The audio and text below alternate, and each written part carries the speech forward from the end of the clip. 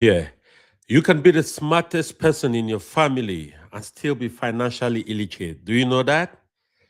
You can make six figures and still be building somebody else's wealth. Because the system doesn't reward intelligence, you must always remember that. It rewards ownership. And nobody taught you the language of ownership. Nobody sat you down and explained, for example, what a stock really is. Nobody broke down compound interest, what that concept is in plain English so you can understand. Nobody showed you the difference between income and assets, between paid and being positioned for a stronger future. Most of us as immigrants were trained to earn money, but never trained to multiply that money. Tonight, I'm going to decode the language of wealth. Simple, clear, no Wall Street jargon, all right? No hype, no bullshit. So you can understand what ownership really means, how assets actually work, why compound interest is the real cheat code in this time and age, and how to move from worker to owner. Because once you understand that language, you can finally start playing the game at the top, the game of the 1%. And that ends tonight if understanding has been a problem. I've met very important people in this country.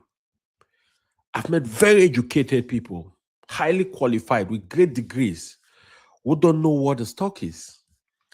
I've met graduates who can't define compound interest very clearly.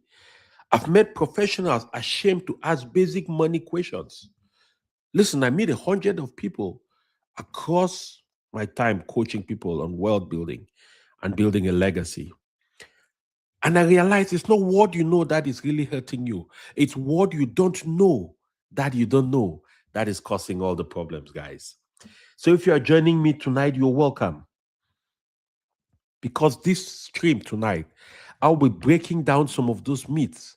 I'll be breaking down some of those terms, some of those words, some of those important concepts that you need to know about. Because you must remember that number one, you have to be honest. How many of you listening to me right now were ever formally taught how money actually works? Your dad or your mom sat you down, or an uncle or somebody to teach you how to budget, how to save. Because the real secret of wealth is not really too much of all the scientific terms we hear budgeting, saving. It's truly how money works, but how to understand the real crisis. Because there is a financial illiteracy crisis going on today, and it is quietly costing a lot of people not only their peace, but their destinies and the stability and legacy of their families. 57% of adults are financially illiterate. I am not the one who says that. FINRA says that from research. Only 1 in 3 adults can define compound interest correctly. So if you randomly pick 3 people, only one of those 3 people can define compound interest correctly. Do you know what that means? It really means they just don't have no idea about what it is.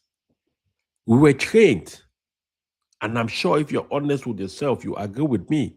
The narrative growing up all the way till adulthood, the goal was always to go to school, come out, get a job, don't ask questions, stay safe. Once you get a job, put your head down. You are lucky you have a job, work hard, make a salary, and that's it. Save some of your money, then you're doing wonderful. I have a client of mine that came in a few months ago, and this was just a discovery call, right? And I asked the client, what is the challenge? Why do you want to talk to me? And he said he needs to figure out how to go forward. I said, what's the challenge? He said he had $110,000 in his savings account. I said, wow, first of all, congratulations for saving that much. But it wasn't unusual because the numbers indicate that African immigrants save 5 times the rate of average savings in America, but invest 4 times less than the rate of average investors in America. So I wasn't surprised. I said, but this is something massive. You've been able to save $110,000. That's great. Why do you have it in savings? Why don't you put part of the money in the stock market so it can be generating interest? Well, I need to have it in savings. So if I need it, I can get it. I said, why do you think you need it? He said, well, you never know. I said, that's fine. Calm down. What is your monthly living expense? And he told me about $5,000 a month. I said, well, what you need is 6 months of living expenses so that in case of an emergency, you don't have to be under stress. I said, why don't you save 50,000 of that? That will even cover up to 10 months of living expenses for you. And the rest of the money, let's put it in some basic ETFs on the stock market and we'll see what will happen. That's about 3 months ago that happened. And even through this downturn in the market, he's been adding to that investment. And the young man is very happy with the advice I gave him because he realized something, that he had to rewire that wiring, that education that he had received going on, with the understanding that your job is to work, make some money, save the money for rainy days and for projects, and that's it. So that is the training most of us received. We're never trained to own things, to leverage, to master compounding. Let me ask you honestly, did your parents ever sit you down and explain assets versus liabilities? Because you must understand something. As a parent, if you are one today, you must realize that you don't only pass over generational wealth, you can also pass on generational ignorance.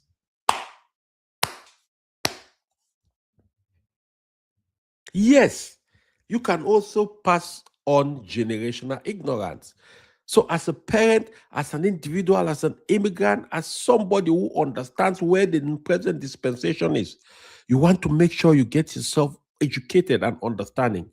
Because we live in a capitalist economy, you don't have to like it, but you must understand it. It doesn't matter how you feel about it. It doesn't matter if you like it or not. It doesn't matter if you think it's the greatest thing or if you think it is fair or it's not unfair. Life is not fair. That's the reality of the matter. I talk to my children every day. I tell them life is not fair. Life will never give you what you deserve. Life will give you what you negotiate for. That's how it works. So ownership always wins. Equity compounds. Consumer funds owners. Period. Simple. Consumers fund owners. That is why one of the primary things I talk about all the time is the fact that it doesn't matter what you like, whatever those brands are, whatever those things you enjoy are. Apple phones, Samsung phones, Apple this, iPad, Louis Vuitton, all of those things. It is fine. Just buy stocks of those companies too, so that you are not only a consumer, but you are a consumer and an owner. Because when you are an owner, you are funding the consumer. So when you are a consumer, you are funding the owner. But when you are an owner and consumer, you are funding yourself. I don't know if I make sense here. You are on Facebook every day. You check WhatsApp every day. You are on Instagram. Statistics say an average adult today spends upwards of 5 hours on social media every day. Do you own shares of those companies that own those social media platforms? Have you even thought about the fact that as a consumer, you are funding the owners of those platforms? How do you make something out of that? That is what I want to talk today. I want to go down into some of those basic terms that you might hear every day, but you don't understand what it means. So that way you start making the connection between those terms and your destiny. Because you must understand investment is not only a physical and a practical action. It's also rewiring your mind and your spirit to start aligning and understanding those things that drive you. That way, when you hear some of those terms, it doesn't sound like Wall Street jargon. It sounds like something that makes sense to you and you can comfortably, right? You can comfortably understand what it is and smile and know that you are taking advantage. When you spend $200 on Amazon, do you own Amazon shares? Are you an owner of Amazon company? Or are you just funding Jeff Bezos, his family, and all the millions of owners that own billions of Amazon shares? You have to think about that. You have to ask yourself those questions because income is not just labor. Money earned from work or investment is important to understand, right?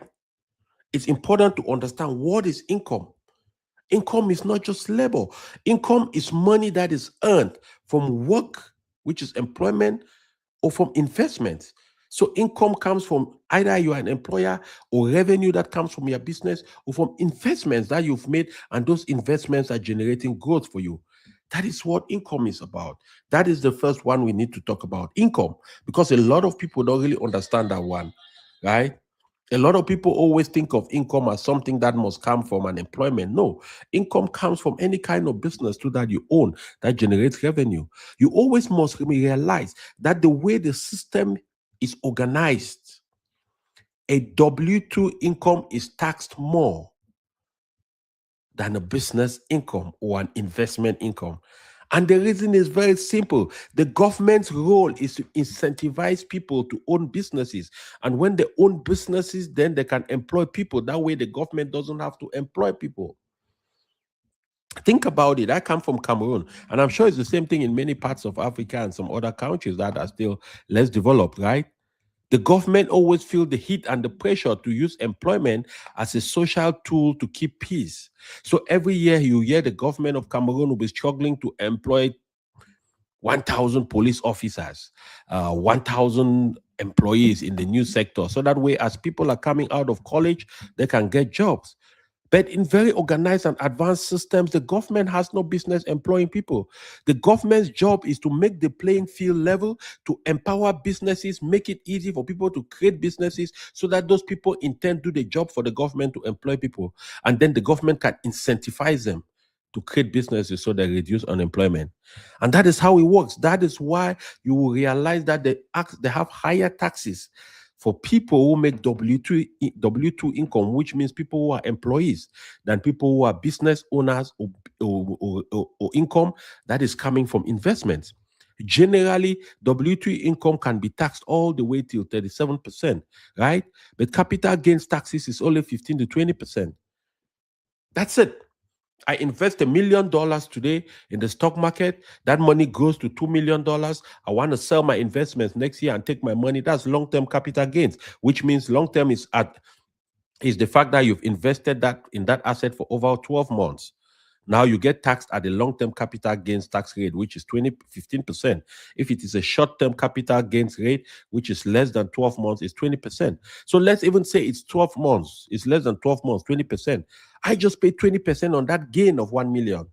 So I basically walk home with $800,000 in my pocket. But if you make $1 million in W2 income, you can never pay 20% as taxes. It will on you need to have a tax strategist who can do all kinds of machinations for you to pay only 20% as taxes. I need you to understand this, guys. So you need to understand these terms, right? Wealthy people don't chase income. What the wealthy and intelligent people do, they try to chase gains. They try to chase business income, not W2 income. You understand? They try to chase capital gains. They optimize their income type. They try to make sure most of their income comes from growth in investments and not just directly from growth from the volume of time they put in their labor. Right? If two people both make 100,000, one earns it from labor, one earns it from investments, are they taxed the same? I want you to think about that. I want you to think about that because here's a silent leak, right? Just say averagely you're making $18 a day eating. You are spending $18 a day eating out. That's $6,500 per year. But invested at 10% for 20 years, that's $372,000. When you start understanding that $18 you eat out a day over 20 years turns into an income of 372,000 without you doing anything, then this starts making a little bit of sense, right? But it's not really about not getting your coffee. It's not about opportunity cost here. No, that's what I'm saying. It's not about giving up on all the things you enjoy, but it's also about just understanding that the things you enjoy sometimes can be costing you a lot in income in the future, right? So you need to understand that when you hear income, you know it could either be coming from a formal employment or it could be coming from assets from the stock market. Now, let's see. Let's go to the next one.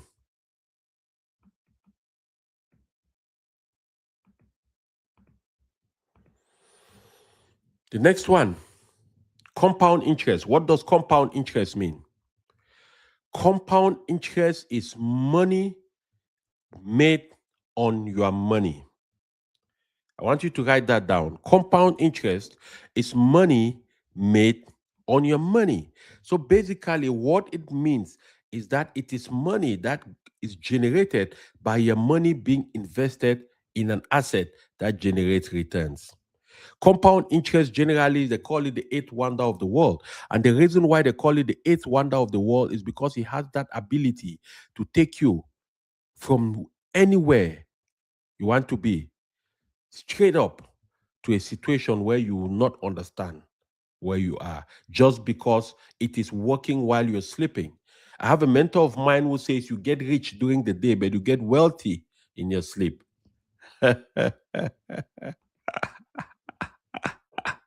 Hey, listen, if you are just joining me, I would like to know where you are joining from. Let me know what city you are chiming in from, right? I love that. I get so excited about these things because it is transformational. It is not only transformational to me, but I hope it is also transformational to you. I hope it makes a difference to you because these things are actually the things that will make a difference as you go forward with your life. These things are the things that will make a difference as you go forward with your life. Because you should always remember that if there is no understanding, then it's going to be hard. It's going to be hard, almost impossible for you to move forward and make a difference with these things, right? Another thing we need to understand, credit. What is credit? Credit basically comes from the word credibility. And what credibility is trust. Credibility is trust. If I say I have credibility, it means you have trust in me. If I say your credibility is high, it means we have trust in you, right? So credit is a representation of credibility. It's basically a way by which the system tries to format the trust companies, lenders can have in you to give you money on loan. A lot of people don't realize that their credit rating is as important as their social security number in this country. Especially if you live in America and you operate in America, your credit rating is important because that is what gives you the ability to get loans and debt at a lower interest rate. And of course, I understand the conversation. Some people will tell you, loan but debt is a bad thing. No, it is not necessarily a bad thing. I know that is the wiring we were brought up with. We're trained to believe that anything you're borrowing, any kind of debt you're getting, it's terrible. Don't borrow money, don't get debt, because when you get debt, the borrower is a slave to the owner and all that stuff. But you know what? Rich people use debt to accelerate their businesses. Middle class people use debt to go to school, get an education, and earn higher income. Business people use debt to finance growth. Massive companies use debt to finance expansion. Anytime Apple is financing expansion, even though Apple has money in the bank, they'll still go ahead and get some debt because they don't want to put their own money in play. They will rather transfer the risk to the bank. Because you must always remember, if you owe the bank $1,000, it is your problem. But when you owe the bank $1 million, it is the bank's problem. Hey, I hope there's no banker on the line. Don't go tell the bank that I said this, right? But their credit worthiness is important. Do you know that in the Black community in America, and when I say this, these are statistics that correspond to Black people, and those Black people include African immigrants too. So don't think you're out of it, right? When you look at the statistics in America, if the Black community could only move their credit rating by 100 points, because the average credit rating for the Black community is, I think, 620. If that could move only by 100 points to 720, that will bring about $800 billion in new business, in new wealth into the Black community, by way of more people having access to low interest loans to buy homes, by way of more people having business loans and different things like that. So you must understand something, right?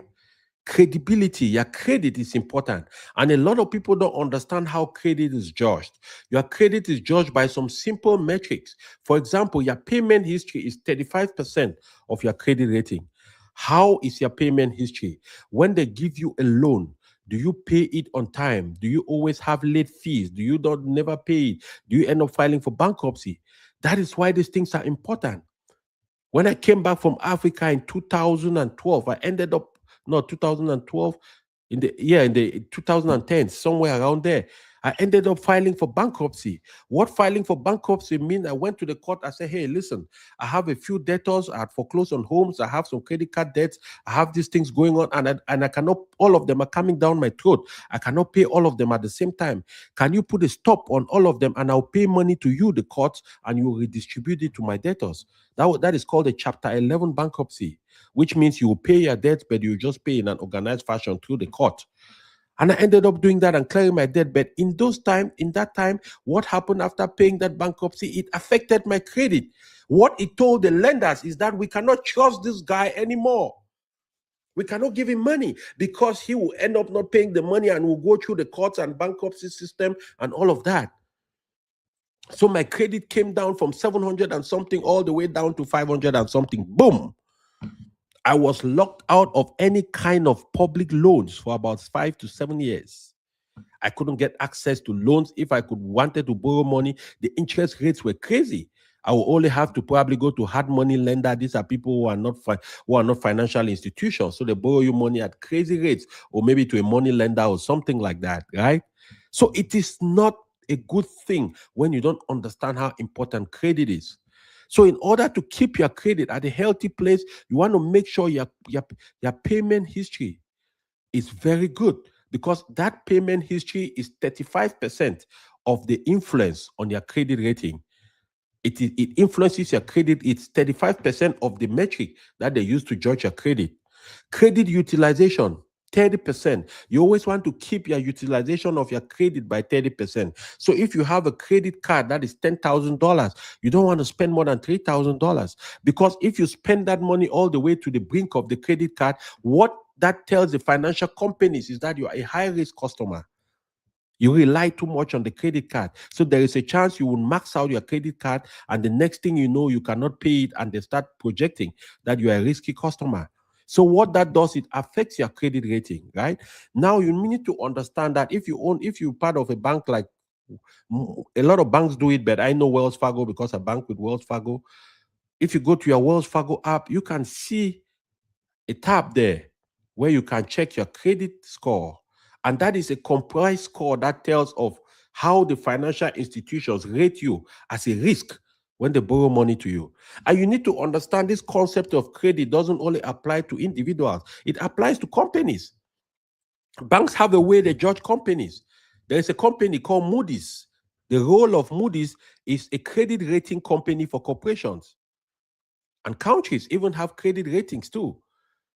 My country of birth, Cameroon, there are times where their credit rating drops from B minus to C. What that means is the premier lenders will not lend to you. They are afraid that you default on the loan. So you have to go get a loan from the second tier, third tier lenders, and those ones charge a lot of money. So once you understand this concept of credit, it makes sense for every other thing when it comes to borrowing, right?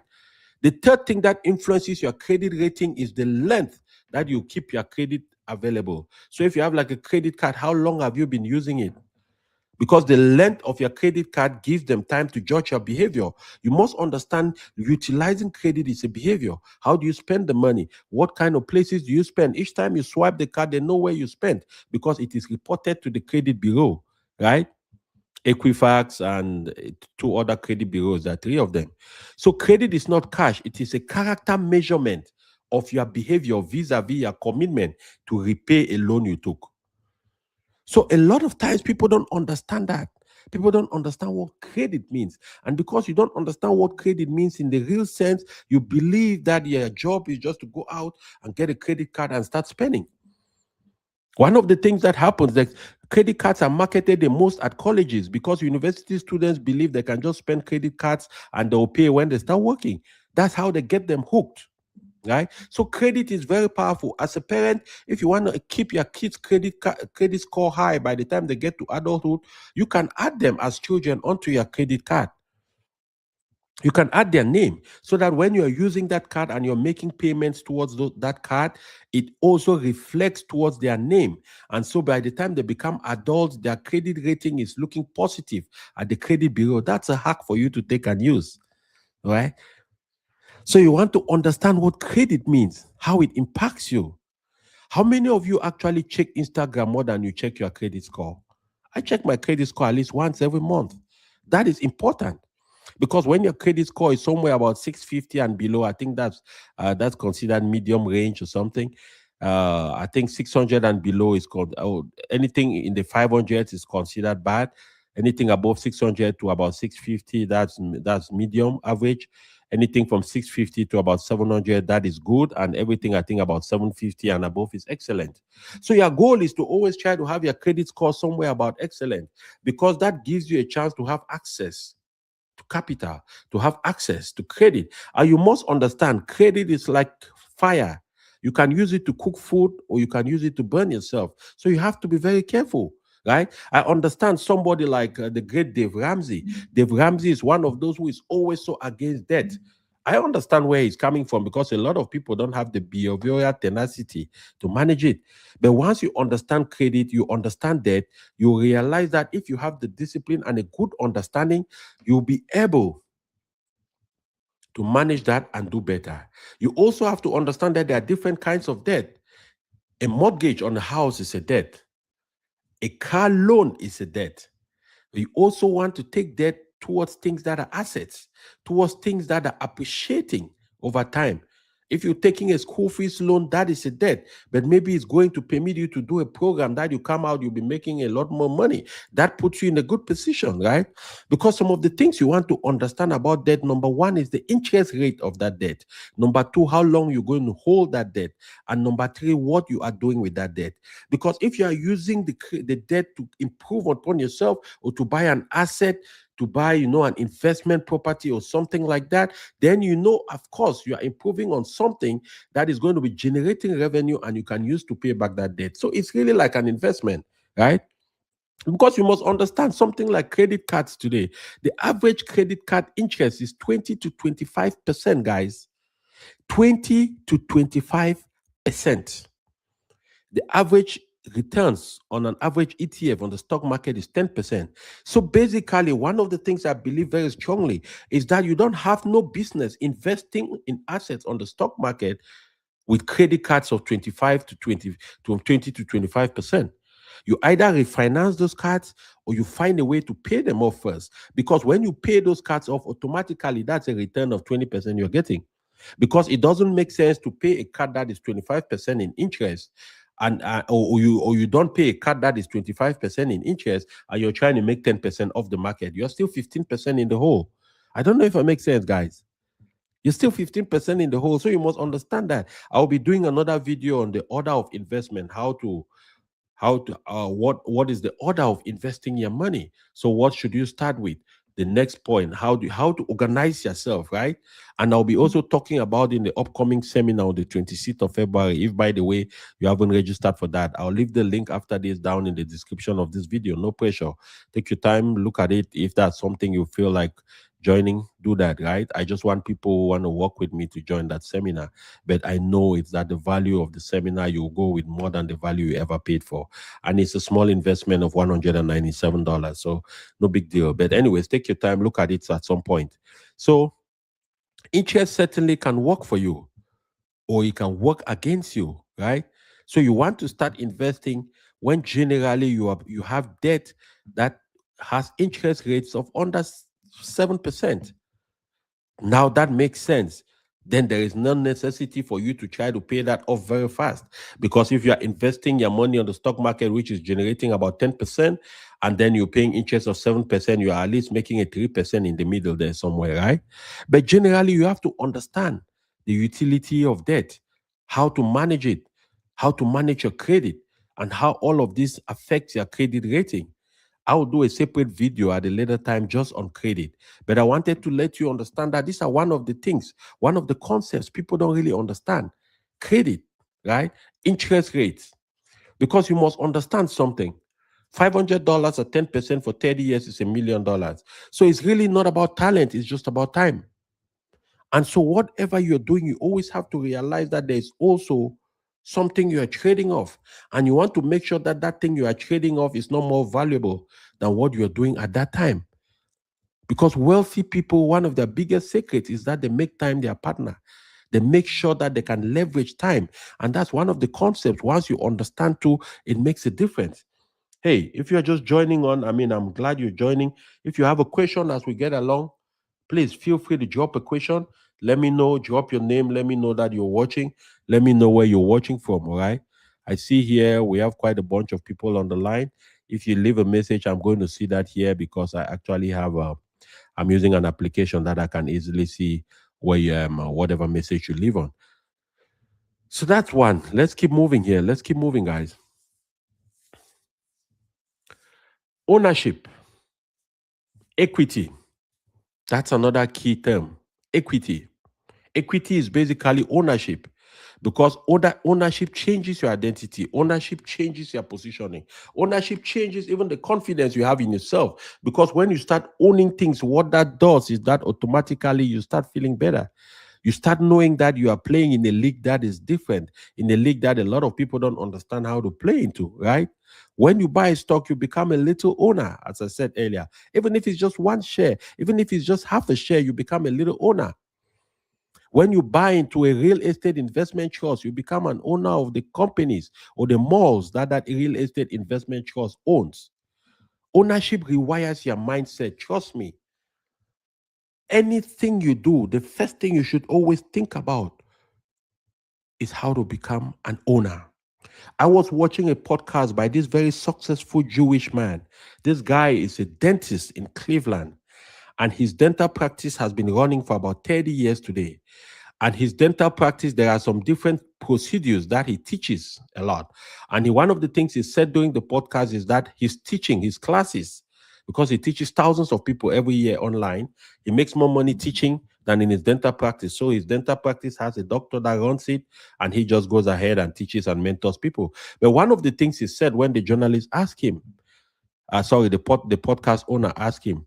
The guy said one of the things he believes is different, the way they are raised as Jewish people, is that from a very young age, they are taught to understand the importance of ownership. So they are always ringing that in their head. Their parents keep ringing that song in their head. Own something, own something, own something, own assets, own assets, own assets. So they grow up with this concept of owning assets. So everything they do, whatever it is, whether they are going to school, they are doing a business, they are buying something, the first thing that subconsciously comes to their mind is this action I am taking leading me to owning an asset. I remember Shaquille O'Neal, the great basketball player, gave an interview to, and he said at that time he had just come out of college and signed for Orlando Magic. And after 3 years in Orlando, he decided to go to Los Angeles Lakers. And at that time, his contract to Los Angeles was, I think, 7 years, $100 million or something. So it was the biggest contract in that year. And at that time, no other player had been signed for that kind of money. And so he said when he got to Los Angeles Lakers, a few weeks later, he was home on a Sunday and he got a call from Jerry Boss. Jerry Boss was the owner of Los Angeles Lakers. He died, but his family still owns that club. So Jerry Boss asked him, "What are you doing, Shaq?" He said, "Boss, I'm around. I'm just chilling." He said, "Come over. I want to talk to you." So Shaq came over. They took a shot, a drink, and then they started walking in his garden. And as they were walking, they were chatting. Then all of a sudden, he stopped. He looked at Shaquille O'Neal and he said, "Hey, how you feeling, Shaq?" He said, "Well, I'm feeling okay, boss." He said, "Yeah, I know you're feeling more than okay. I just gave you $100 million for 7 years. That should make you really happy." Shaq said, "Yeah, I am." He said, "But if I gave you $100 million for 7 years, how much do you think you'll be making for me over those 7 years?" And Shaq was a little bit confused. He was thinking, why is this guy talking to me about this stuff? I'm just a young 21-year-old, 22-year-old basketball player. I'm not understanding. And he said, "Shaq, I want to teach you something. I want to let you understand how important it is to own assets because you are an asset to this club. What it means is that even though we've paid you $100 million for 7 years, whatever you're doing, the activities you participate in is generating returns for the club." And Shaq said that was the first time in his life he was confronted with information that tried to rewire his mind about ownership. And it changed the trajectory of his life because today he's one of the richest athletes in the world. He has multiple chains of restaurants and things like that. when most of his friends became bankrupt, spent their money on flexing and things like that. So it's important to understand that ownership rewires your mind.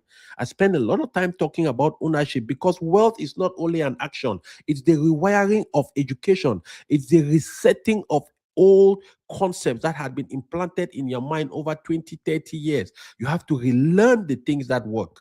You have to relearn the things that will help you win in this new dispensation, right? Just think about it. I want you to name one brand you love. If you can write it down in the comment, write it. Just name one brand you love. Now imagine you own the piece of that brand, whatever it might be. Gucci, Google. I mean, today I see it's fashionable thing for people to drink a lot of expensive liquor. Johnny Walker, Louis, Dom Perignon champagne, Moët et Chandon champagne. Nothing wrong with that. Life is to be enjoyed. I am one of those who believe that in life, you have to be able to position yourself in a place where you clarify what is important to you and what you really love and enjoy. And then you cut out the things that you don't love and enjoy so you can save money to spend on the things that you love and enjoy. But while you are doing that, every time you're consuming those luxury products, ask yourself a simple question: do I own it? Because the statistics show that globally, America leading, but globally, 75% of all luxury products are bought by people who are in the middle class or trying to project themselves like they're doing better than they really are. I didn't say that. Don't come after me, man. Don't come after me. I didn't say that. That's what the statistics say. But the difference is that a lot of the people who are consuming all these luxury products, they don't realize that they should also be buying shares of the companies, because that is how now you transform from yourself from not only being a consumer, but you are also part of the ownership, right? Now, another term I would like you to understand is a bond. What is a bond? I'm sure you've heard me talk about bonds, right? Bond is a loan to companies or nations. Bond is a loan you extend to a company or a nation. Sometimes the companies will need to raise money, they need to get a bond, and a bond is you now borrowing them that money, and that is happening through you buying assets through a bond share or a bond ETF on the stock market. By that, you are actually borrowing, right? You are lending money to the government or to a company, right? You have to realize wealthy people don't just buy things, they lend. That's the reality of the matter, right? They also lend. They also give money out because those bonds pay a certain amount of interest. They pay something called the dividend on those bonds, right? So, would you rather borrow money or be a lender? I want you to ruminate on that question a little bit. Would you rather borrow money or be a lender? Which would you rather do? Borrow the money or be a lender? Because when you're borrowing money, what that does is that it puts you in a situation where you have to pay back, right? But if you're a lender, what that does is that you are giving money out and you are receiving an interest for that money, right? You're giving money out and you're receiving an interest for that money. Now let's talk about another concept that I think a lot of people don't understand. Who's there? Yes, Abu. I'm on a live show. I'll call.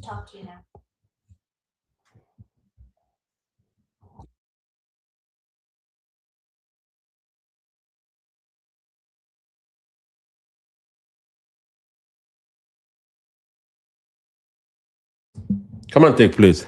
Sorry, guys. Sorry, I had to talk to my wife real quick.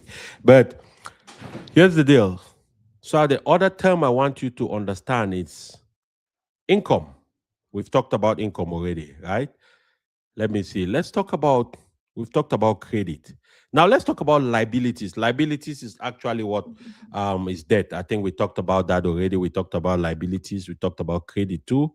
We talked about interest. We talked about compound interest. That's good. We talked about what a stock is. That's good. Now we talked about what a bond is. Oh, now let's talk about something called your net worth. Net worth is actually something a lot of people don't pay attention to. What is a net worth? Your net worth actually is your assets minus your liabilities. Your assets are the things you own that generate revenue, are the things you own that appreciate over time. And your liabilities are the things that take money out of your pocket. I don't know if I make sense. So to get your net worth, you have to take your assets minus your liability. And your net worth is what you own minus what you owe. So the median net worth is below 50%. That's somewhere about $12,000. That's the median net worth, right? Top 10% have a net worth of about 1.5 million. So income impresses, net worth stabilizes because net worth is a real clear picture of where you are standing. If I ask you your net worth right now, would you know? Could you answer within 60 seconds? And when you're taking your net worth, you have to take all the assets you have, including your home, right? You can do it one of two ways. You can either consider your home as part of your net worth or you can keep it separately. A lot of people do it twice, do it two ways. I have a net worth calculation for all the assets I have minus the liabilities, which means debts that might be on credit card or things that I owe on. And then I also have a calculation for my net worth, which includes my home as an asset minus the balance on the mortgage that I owe on the home. That gives you a net worth. So if you want to use your home, that gives you a really clearer picture of everything put together. But a lot of times you separate the home just because the home is a different kind of asset, right? There's a mortgage on it, but it's still an asset. I don't know if it makes sense. There's debt on it, but it's still an asset. A lot of the other things that we have debt on, sometimes they're like a car you're paying a loan on. Generally, it's not an asset because it's depreciating in value. It's not rising in value, right? So you must understand that your net worth is a very important number. You must always master that number at every point in time because that is the number that gives you a very clear picture of where you stand. Another concept I would like us to talk about is diversification. Diversification means you are not betting the entire house. Diversification means you're basically betting on different assets instead of betting on one asset. When you buy an index fund or an ETF, that's diversification because you are not investing in a single company. You are investing in multiple companies under one umbrella, right? The reason why more 90% of day traders lose money is because they are single asset obsessed. They are single asset obsessed, and so volatility wipes it out, right? There are three buckets you must always remember. There is living, there is investing, and then there is speculation, right? Living expenses are there, investing bucket, and then you can have a small percentage for speculation if that's something of interest to you. Generally, I recommend anything under 3% of your portfolio should be on speculative assets like Bitcoin, like maybe art, or like some company that you think might go to the moon. But don't put a big part of your portfolio because that is too much risk. That would be stupid. That would be you betting a big chunk of your money on one asset. That is dangerous, right? Because you must understand diversification is one of the key pillars and secrets of building wealth, investing on the stock market and in assets. Anytime you don't diverse, you are running a massive risk. And you have to realize anytime you're trying to build wealth, the number one thing you are focused on is risk management. You are trying to manage your risk, you are trying to mitigate your risk. Because if you're not mitigating your risk, what happens is that you're exposing yourself. And when you expose yourself, what happens is that you're no longer in control. You're at the mercy of the gyration of the market. So a single volatility, a single tweet from President Trump could wipe out all your gains in a single day if you are bet only on one company. We've seen companies go bankrupt on the stock market before. Think about it. There are many companies that existed 10, 15 years ago that you no longer hear about them. These were massive companies. Massive, massive companies. Do you remember the technology company store called Circuit City? Do you remember Circuit City for those who have been around like 15 years? Do you remember Kodak? Do you remember the guys who used to rent movies? I forget their name, Blockbuster. I mean, there's even a story where Netflix came to Blockbuster. They were offering to sell Netflix to Blockbuster for $50 million or so many years ago, and Blockbuster refused and they laughed. They couldn't believe that there was a time that people would no longer come to rent DVDs, that people would just sit in their homes and stream. Blockbuster disappeared. Imagine that you bet 90% of your investment on Blockbuster, you would be bankrupt today. You'll be completely wiped out. Guys, so don't try to be intelligent. Don't try to act smart. Don't try to think you know it. No. Diversification is one of the secret sources of success when it comes to investing, right? So understand these terms. Let me see what other one we need to talk about. Because it's important to know that money is actually a language, right? Wealth is fluency. You cannot negotiate what you cannot define. You cannot build what you cannot measure. You only build things you can measure. I am not behind. I was never taught. I want you to say that to yourself if you feel that way. Say, I am not behind. I was never taught, but now I know. I want you to say that to yourself because you start telling yourself and rewiring your mind about the new dimension and the new direction you want to take your life to. Because at the end of the day, let me tell you something, guys. At the end of the day, you know what? Nobody is coming to save you. Nobody is. Nobody is coming to save you. This is your life. A lot of the people I talk to on my channel, I talk this way because I'm talking to adults. So I know that most of you who listen to me, you own your life in the sense that you are responsible for your ship. You are the captain of your own ship. Nobody is coming to save you from that. So these things, you cannot hide your head in the sand and just think things will work out by mistake. It's not going to work out. For some people, the whole idea and the whole concept of personal finance and wealth building is fun. For a lot of people, it's not the funniest and the most interesting topic, right? It's not very fun, but it's critical. I look at people a lot of times, I laugh. I say, listen, you're spending hours working double shifts and all these things, but yet you don't want to take some time to educate yourself on how to make that money multiply. Who is losing here, guys? Who is losing? Who is losing? Tell me, right? Who is losing here? Because it's not only important to make the money, it's even more important how you multiply it, how you turn it around, how you continue to build it. So I'm hoping that the terms I've shared with you today, you keep them going. You keep them in the forefront of your head, right? You will just try to understand. These terms are just about 15 of them. Once you understand these terms, some of them you might already have heard about them, a lot of them probably. But once you understand these terms, it helps you to give you context, right? It helps to make it fair for you to know that, you know what? Even though the real crisis is financial illiteracy, but I am no longer going to be one of those.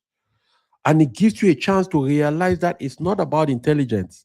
It's not about university degrees. It's not about qualification. It's not about your status in society. It's about understanding what drives the capitalist system and how successful people are able to build wealth within the confines and the dispensation of this capitalist system. If there's one thing you take away from this today, take away the fact that at every point in time, your number one goal must be to continue to acquire assets.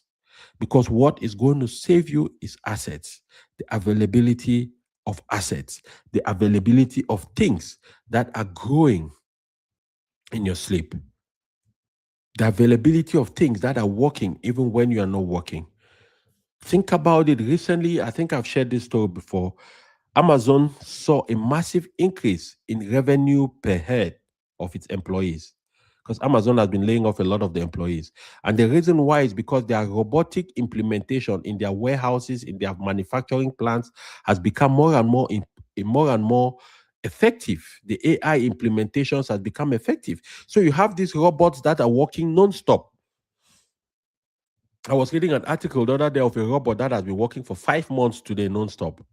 A human being cannot compete with that, right? The same thing it is with owning assets and the compounding effect of those assets. It just keeps working like that robot. It doesn't stop. Compounding never breaks unless you break it by selling the asset. If you don't sell the asset, it never breaks. So when you're thinking about the importance of assets, you must be thinking about it from this perspective. That's why it is important, because the compounding never stops. It just keeps going. It keeps going. And when you're sleeping, it is compounding. When you are awake, it is compounding. When you're turning around, going on a vacation, it is compounding. When you are going to work, it is compounding. So basically, when you own assets, you are actually multiplying yourself. Whatever job you do, when you own assets like stocks that are growing on the market, what that means is while you're at your job working, your stocks are also working twice as hard. The only difference is when you come home and you are sleeping, those stocks are still working for you. Your rental property is still working for you. The gold you own is still working for you. That's why assets are so powerful, guys.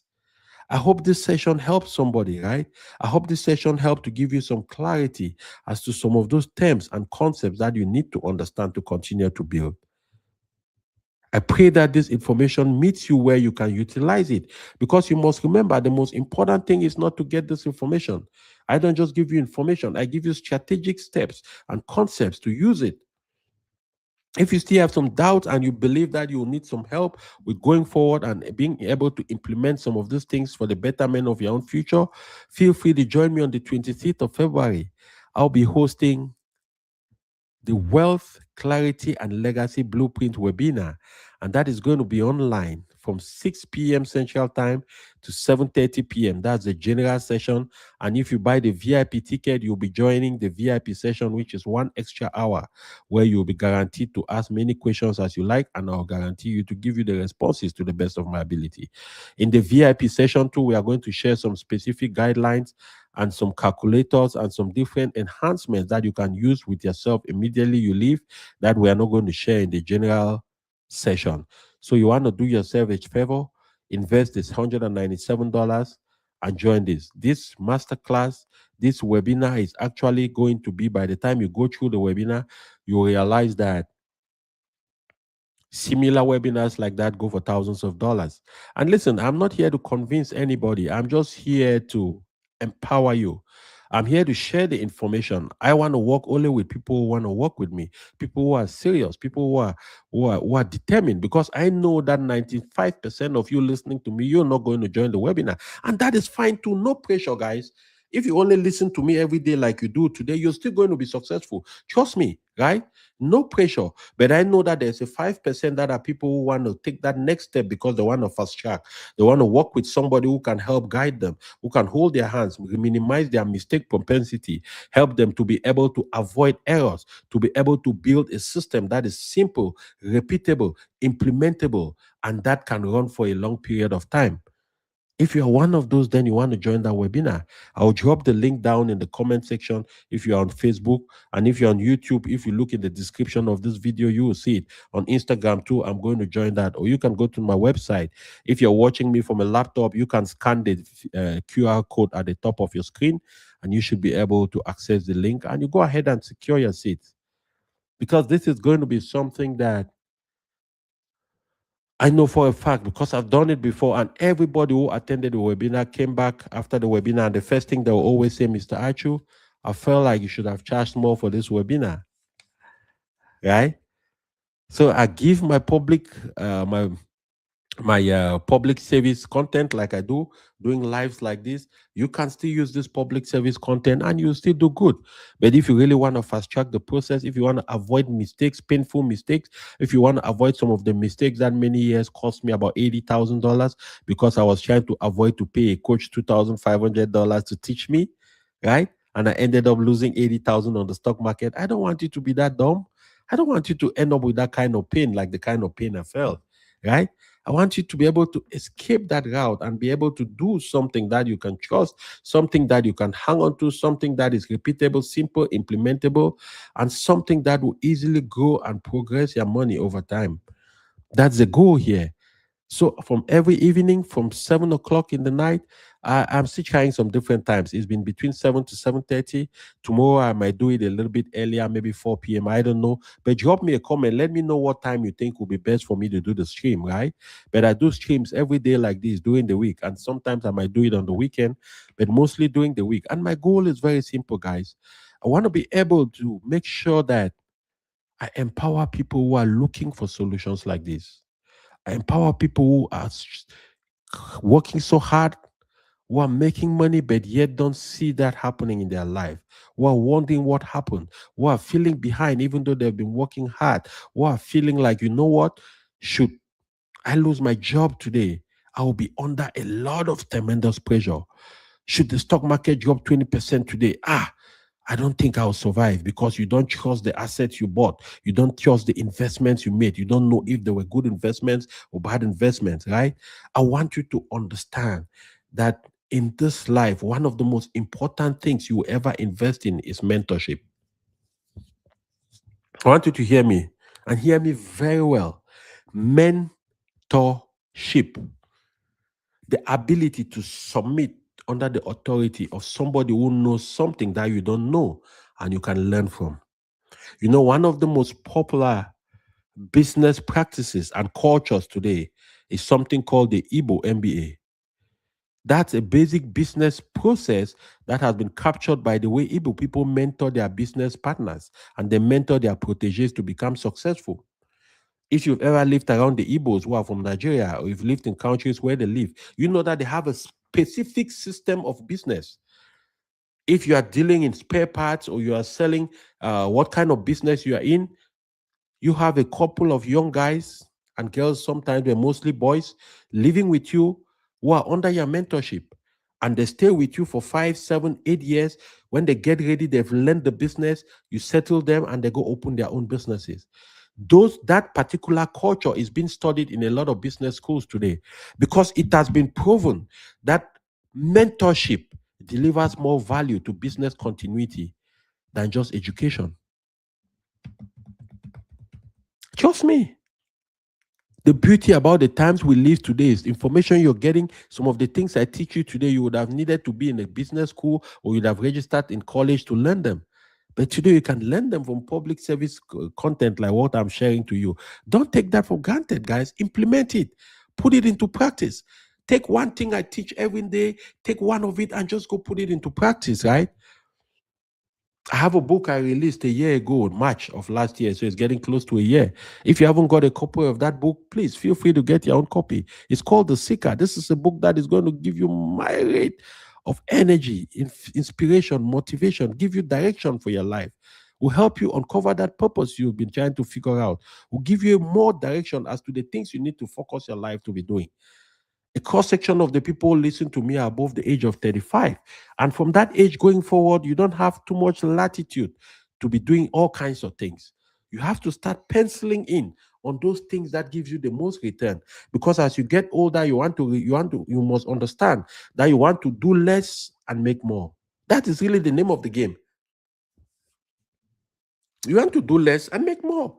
For the same hour you're making $15 now or $20 or $30, you want to figure out a way by which that same hour you can be making $100 and better still without you even working. That's are some of the things I talk in that book, The Seeker. So it's on Amazon. You can also look down in the description of YouTube and Facebook. You'll see the link. You can order your copy. In addition to that, I also have the You Are Enough hats and T-shirts. If you want to support the mission, right? You can look on YouTube. You'll see a link. Click on that link. Order your own You Are Enough T-shirt. Order your own branded You Are Enough apparel, right? Because this is something that reminds you every day when you see it that you are truly enough. I was at the gas station in Costco today to put some gas in my car, and as I stepped out, I had my You Are Enough T-shirt on, and this older guy was looking at me about 1 minute, and he said, "Oh, I've been trying to read what you have on your shirt. You are enough." I said, "Yeah, you got it right, sir." He said, "Wow, that is so powerful." We don't remind ourselves as often as we need that truly we are enough. That's why I carry the brand. That's why I started the brand, because it's a brand that reminds me every day that I am enough, that I am capable, that no matter the circumstances that I was raised in, no matter the challenges that I faced in my life, no matter the fact that I came to America 7 months after my mother died, I had to go bury her. I was still 23 years old. My mom was a young lady at 50. That's in 2001. No matter the fact that I filed for bankruptcy, I paid more than 100,000 to the bankruptcy court. It doesn't matter that I filed for foreclosure of more than 2 homes, a primary home and a rental property. I lost over 80,000 on the stock market. I was fired on the job while trying to go bury my daddy in Cameroon who died. It doesn't matter all those difficulties in life. I know that I am enough because I keep reminding myself that I am. That no matter the circumstances, no matter anything that can be pushed upon my head, no matter the desires of a human spirit, nothing is more than the power from the Lord Almighty that has determined your destiny. I am just a destiny helper. I don't determine a destiny. I might just be a vehicle that life, God is using to change your story. Because there are many vehicles that have been used to change my own story. I didn't come from nowhere. What you see today is not what used to be 10 years ago. For the people who know me, yes, they saw a lot of these signs early, but it doesn't mean we all have been through a lot of different difficult circumstances. But you have to make a decision. You can either fold or you fight. And a lot of times you fold, all you'll get is sympathy. But you know what? If you fight, you'll get results. If you fight, you'll get results. The economic times is very tricky today. People are being fired left, right, center. A lot of people don't even are not ready. Do you have your 3 months emergency fund lined up? Do you have your 6 months emergency fund lined up? If you have a car breakdown today, do you have $1,000 you could repair that car? Should your mother or your father call you, they need $5,000 for an emergency. You've been in America, in Canada, in different parts of the world. You've been working for 10, 15 years. Do you have $5,000 to send to them? You're 35 years old, you're 40, you don't? You got to think about it again, guys. This stuff is no joke. This is serious stuff. We must take our life seriously from this perspective. It's no joke because, as they usually say, from the age of 50, it's only going downhill. And I feel it now. I'll be 49 years young next month. So the way I wake up from bed in the morning nowadays, when I get up from bed, I have to sit for a few minutes to just make sure the blood flows again, right? And I'm not dizzy. I don't know if you notice that when you jump out of bed, if you just jump up, stand up, and start walking, you tend to feel dizzy. I realize as I'm getting a little bit older, the dizziness is a lot more often. So I got to slow down a little bit. I was on the soccer field on Saturday to play with my brothers in the veteran team because I'm still a very dangerous striker. Very dangerous. I can give you a good 1 hour. And everyone was surprised to see me run for 1 hour, 30 minutes. On that field alone, I covered about 7 miles just running behind the soccer ball. You know what? Because I keep telling my mind that I'm enough. I keep telling myself that, Gustav, you're enough. And by doing that, I'm also forcing me to do the things that permit me to continue to strive and to evolve. Am I where I was hoping I would be right now? No. Am I where I used to be? No. Am I on the trajectory to great things? Yes, of course. Is it going to be difficult? Absolutely. Am I going to make it? No doubt about that. As long as I'm alive and as long as I keep persisting, which is the message I want to encourage each and every one of you, keep persisting. If you're just stumbling on my channel, go ahead and subscribe to my YouTube channel. So every time I'm online, you would know. So follow me on Facebook, follow me on Instagram. And if this is of value to you, the greatest way you can support the mission is to share this with other people.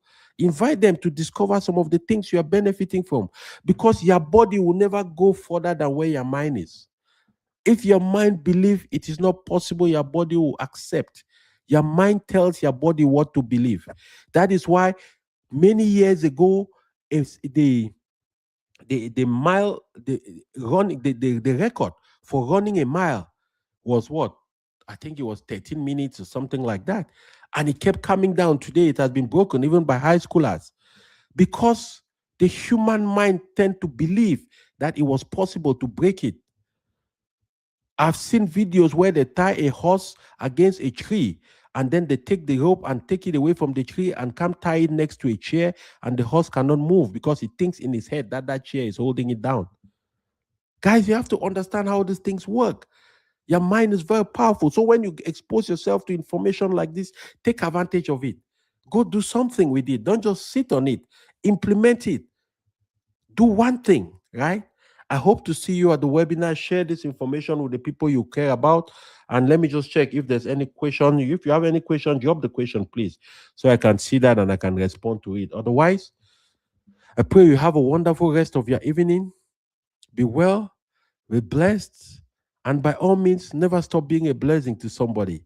Until the next time, I'll see you in the next stream tomorrow.